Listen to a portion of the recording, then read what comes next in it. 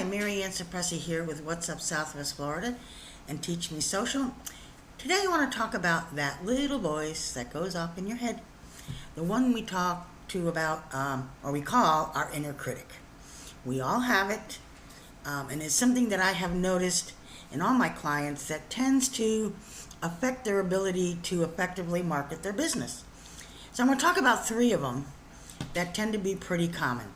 So the first symptom that you get this little voice talking to you is procrastinating or hesitating on your marketing tasks. Now, I'm going to be honest, I was going to do this video today. I had planned it all out. Time was kind of running short, so I was going to procrastinate on it. But then I decided, you know what, I'm not going to do that. So I didn't.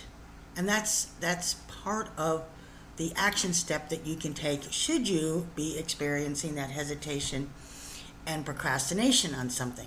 So a lot of times it kind of shows up as wanting it to be perfect. And as you know, I stumble over my words all the time. So it doesn't have to be perfect.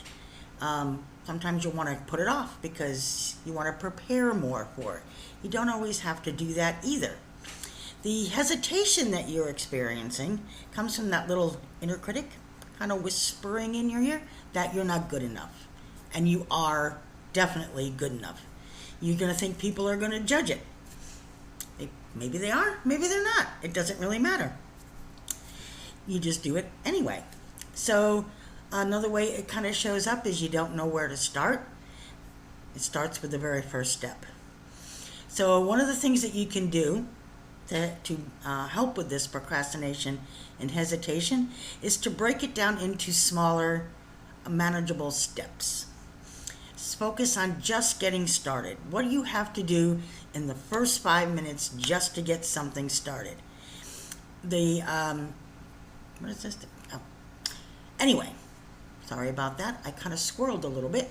So see, it's not perfect. And it's okay that it's not perfect because we're all human. And we all kind of get distracted, and that's what happened. So anyway, so just break it down into smaller steps. Start at 5 minutes at a time. So if one of your issues is trying to get content out, break it down, and you're going to spend 5 minutes on a day and take one step. You're going to come up with topics.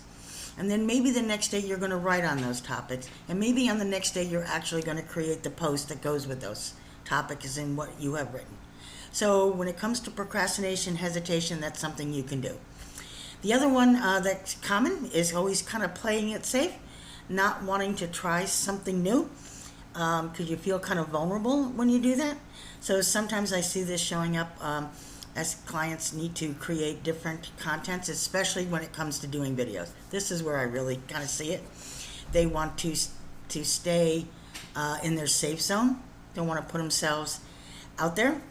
A lot of times I will recommend that somebody write a story so that it's kind of relatable, and people aren't always comfortable with that either. So what happens is your little inner critic, that little voice, is saying, oop, oop, oop, don't show yourself too much. You're going to look crazy. You're going to look like a fool. Well, you know what? We're all kind of a little crazy, aren't we? So people do care about what you have to say, and they want to hear it from you. And you have to keep that in the back of your mind. So, and that's what authentic marketing is about. See, got my cheat sheet.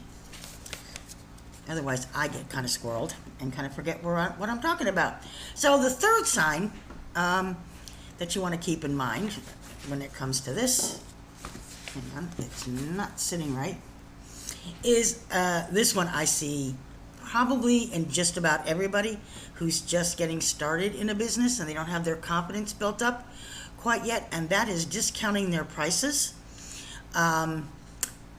because they think the value is not there. They're not feeling value in what they have to offer, so they kind of transpose that onto other people, their clients, prospective clients, also feeling that way. So they kind of tend to want to give a bigger discount on that. So what you can do about that is celebrating your wins. How often do we celebrate our wins? We really don't. We tend to get so focused on what's not happening that we want to have happen that we're missing what is happening. So you need to celebrate all the small little wins. You don't want to forget that. You want to give yourself where credit is due. I was talking with one client one time, and I was all excited because their first email they put out had an email open rate of 60%, and they did not realize how good that was. And so they thought everybody should have opened their email. And we all know in the world of marketing that is not always the case. But 60% is really good. And that's what I'm talking about. So you want to celebrate all your wins. Anyway, just wanted to share those with you. I'm going to be talking more about this stuff as time goes on. Thank you so much for joining me. Mary Ann Suppressi, What's Up, Southwest Florida, and Teach Me Social. Please subscribe if you like these videos, and there'll be a link in the description to sign up for my emails so that you'll always be able to keep up with what I'm up to these days. Thanks so much. Have an awesome day. Mary Ann Suppressi, giving you a voice in Southwest Florida and beyond.